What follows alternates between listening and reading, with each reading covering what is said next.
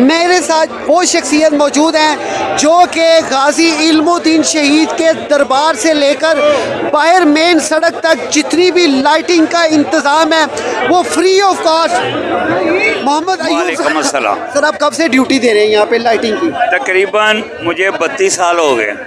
32 साल से आप यहाँ लाइटिंग लगा रहे हैं? जी यहाँ लाइटिंग लगा रहा हूँ, बैनर वगैरह बनवा के तकरीबन 200 बैनर होता है वो लगाते हैं रक्षों पे अपना। बताता चलूँ, ये वो सादा लो तबीयत शख्सियत आदमी है जो कि कभी उधर जा रहा है कभी उधर जा रहा है, ना इसमें कोई अना है ना इनमें कोई ऐसा कोई है कि जो लोग इनके हैं हाथ चूमे हैं, क्योंकि ये एक बहुत बड़ा कारनामा दे रहे हैं। अक्सर लोग थोड़ा करते हैं और ज़्यादा जितलाते हैं, लेकिन ये सादा तबीयत आदमी जो कि आपको जिस हालत में नज़र आ रहा है और इसका कारनामा देखें कि हज़रत गाजी इल्मुद्दीन शहीद के उर्स का जो है